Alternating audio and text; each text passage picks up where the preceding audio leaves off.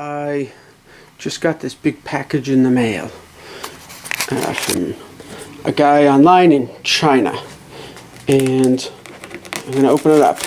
The deal, my plan, is to build a Van Halen Shark replica, but rather make it more like what it might be if Eddie had not chopped that big chunk out of it, making it kind of look like a shark. So, kind of the Ibanez Destroyer, what it might have ended up being like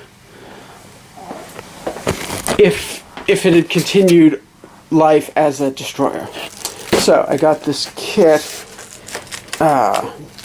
pieces of stuff just went all over the floor. Oh well.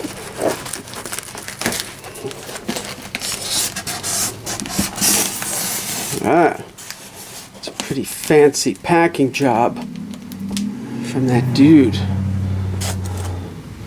Okay, so we have a destroyer,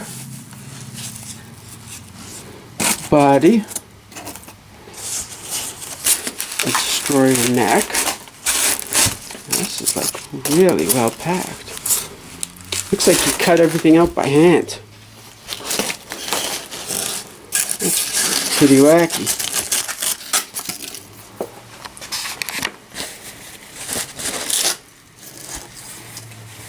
So wow.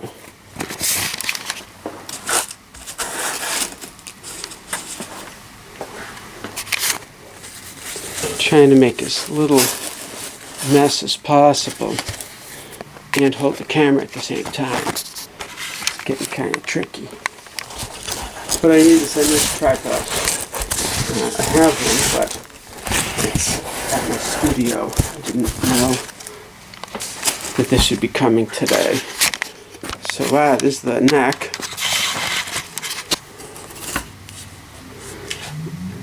It's, my understanding, African mahogany.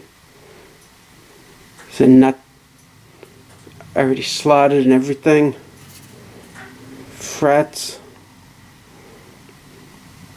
That's pretty cool. Crane looks fairly straight. Nice. Okay. And then the body.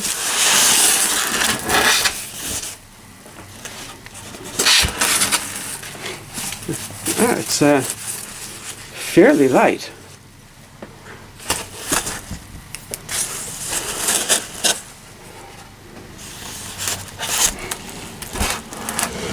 Look at that.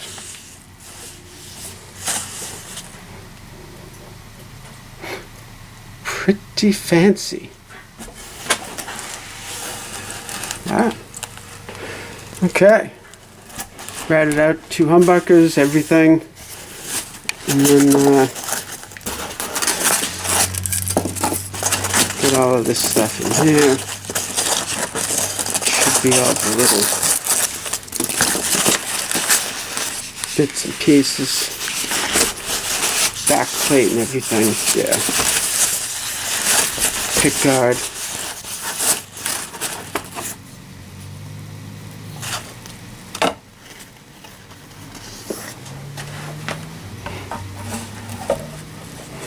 Yeah, look at that. Pretty cool. What's up? It looks like you hand did these. So I guess I get a white one and a white one and a black one. Okay. And that looks like the whole thing.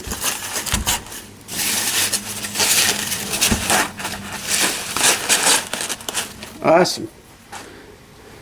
Okay, well, that's the unboxing part.